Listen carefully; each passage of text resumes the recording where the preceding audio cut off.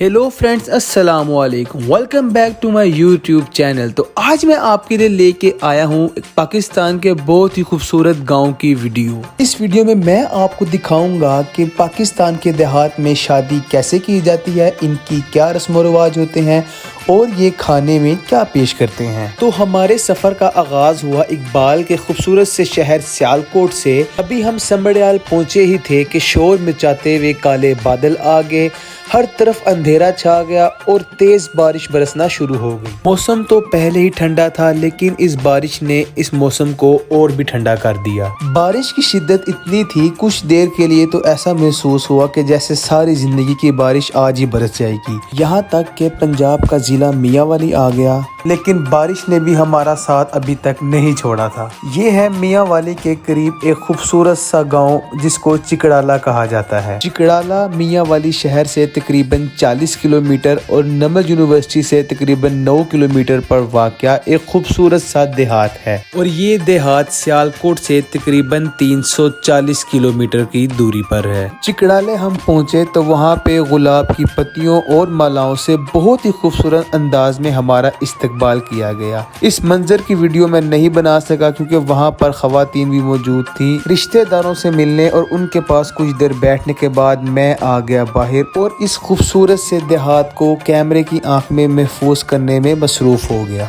मेहमानों के लिए वहाँ बहुत से इंतजामात किए गए, लेकिन मुसलसल बारिश की वजह से ये इंतजामात काफी खराब हो गए। सूरज गुरूब होने वाला था और अब तक बारिश भी रुक चुकी थी। गीली मिट्टी की खुशबू, कुदरती आबो हवा और इस खूबसूरत से मौसम ने मेरी सारी थकावट और थकान दूर कर दी। कुछ देर गाँव में घूमने के बाद अब वक्त हो चुका था निकाह की तकरीब का। एक कमरे में दूल्हे मियाँ के साथ तमाम हजरात जमा हो गए और काजी साहब ने निकाह पढ़ाना शुरू कर दिया। क्या आपने कबूल किया? कबूल।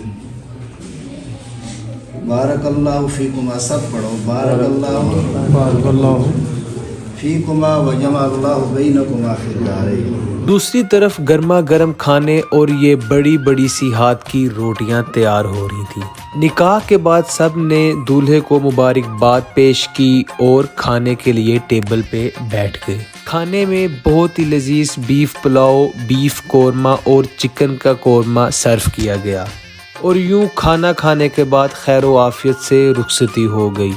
और दूसरी तरफ अगले दिन वलीमे के लिए खाने तैयार किए जा रहे थे, जिसमें यहाँ की सौगात मखंडी हलवे की तैयारियां जोरों शोर से जारी थीं। इसके बाद कुछ देर रिश्तेदारों से गपशप करने के बाद आराम करने का फैसला किया। अगले दिन सुबह हुई तो इस सूरज ने हमारा इस्तकबाल किया। धूप निकलने की वजह से तमाम कीचड़ और पानी खुश्क हो चुका था। सुबह 9 बजे के करीब वलीमे की तकरीब शुरू हो गई, क्योंकि गाँव में रवाज है कि यहाँ पे सुबह सुबह तमाम फंक्शंस शुरू हो जाते हैं।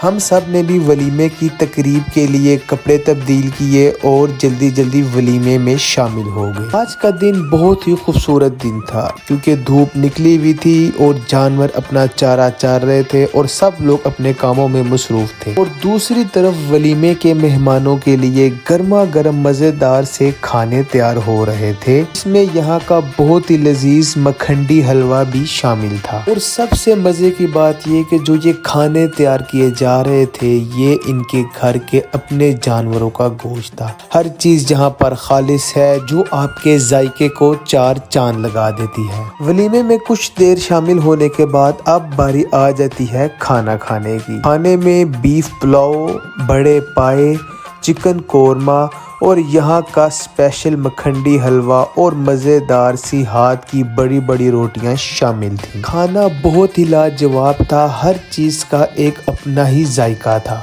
खाना खाने के बाद मैं एक दफ़ा फिर इस देहात को एक्सप्लोर करने में मसरूफ़ हो गया।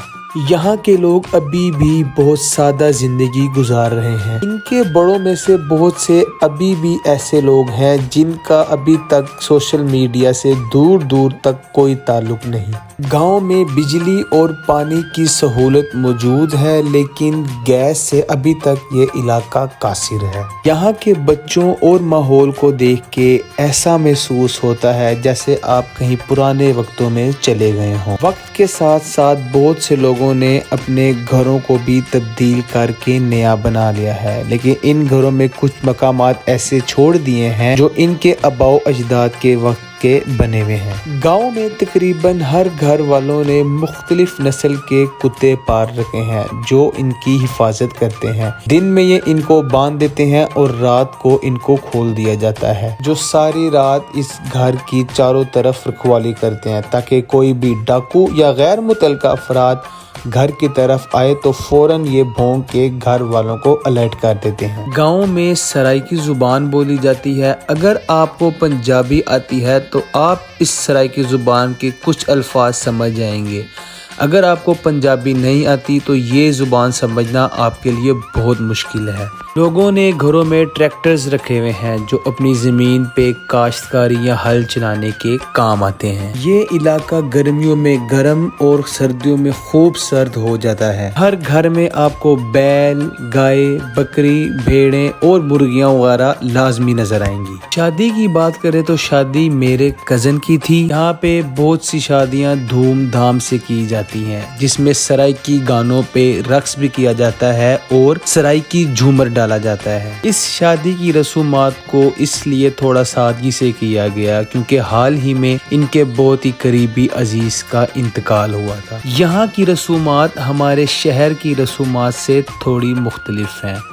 ان رسومات میں سے ایک رسم کو گھڑولی بھی کہا جاتا ہے۔ یہاں کی رسومات کو میں اس لیے کیپچر نہیں کر پایا کیونکہ یہاں پہ خواتین بھی موجود تھیں جن کی ویڈیو بنانا مناسب نہیں تھا۔ یہاں اگر شادی کے کھانے کی بات کی جائے تو صبح 9-10 بجے کھانا کھلانا شروع کر دیتے ہیں، یہاں تک کہ 3-4 بج جاتے ہیں اور شفٹوں پہ شفٹیں لگتی جاتی ہیں اور لوگ آ کر کھانا کھاتے رہتے ہیں۔ کھانا بہت ہی وافر مقدار میں بنایا جاتا ہے۔ کھانا کھانے کے بعد کچھ دیر گپ شپ لگائی اور پھر ہم نے ان سے واپس سیالکوٹ جانے کی اجازت مانگی۔ واپس جانے کی اجازت تو ہمیں نہ ملی، یہ ہمیں بہت فورس کرنے لگ گئے کہ ایک دن اور رک جاؤ۔ ان کی محبت اور خلوص دیکھ کے ہم ایک رات وہاں اور رک گئے۔ ولیمے کی تقریب ختم ہو چکی تھی۔ اس کے بعد ہم اپنے دوسرے رشتہ داروں سے ملنے ان کے ڈیروں پہ جا پہنچے، جہاں انہوں نے بہت اچھے طریقے سے ہمارا استقبال کیا اور دیسی گھی کی چوری،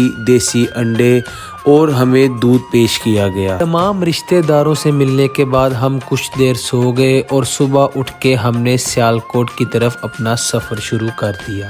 دوستو، مجھے تو اس شادی اور اس خوبصورت سے دیہات جس کا نام چکڑالہ ہے بہت ہی لطف اندوز کیا۔ دوستو، آپ نے کبھی گاؤں کی شادی میں شرکت کی اور آپ کو گاؤں کی زندگی کیسی لگتی ہے؟ کمنٹ سیکشن میں اپنی رائے کا اظہار ضرور کیجیے، اور اگر آپ کو یہ ویڈیو پسند آئی ہو تو اس ویڈیو کو لائک شیئر لازمی کریں اور چینل کو ضرور سبسکرائب کریں۔ اپنا بہت زیادہ خیال رکھیں، مجھے بھی دعاؤں میں یاد رکھیں۔ ملتے ہیں انشاءاللہ بہت ہی جلد ایک خوبصورت سی نئی ویڈیو میں، تب تک کے لیے اللہ حافظ۔